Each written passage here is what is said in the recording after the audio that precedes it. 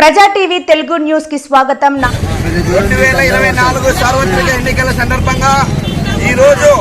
రాష్ట్ర ప్రజానీకం అందరూ కూడా ఎన్డీఏ కూటమికి పట్టం కట్టి అందరూ కూడా అభిమానంతో 165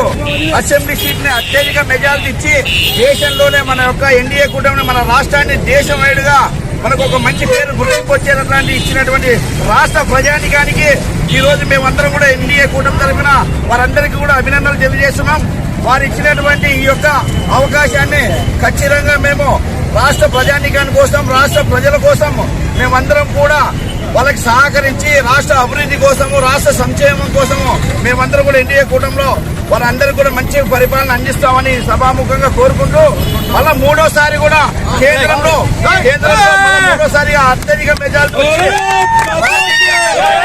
భారతీయ జనతా పార్టీ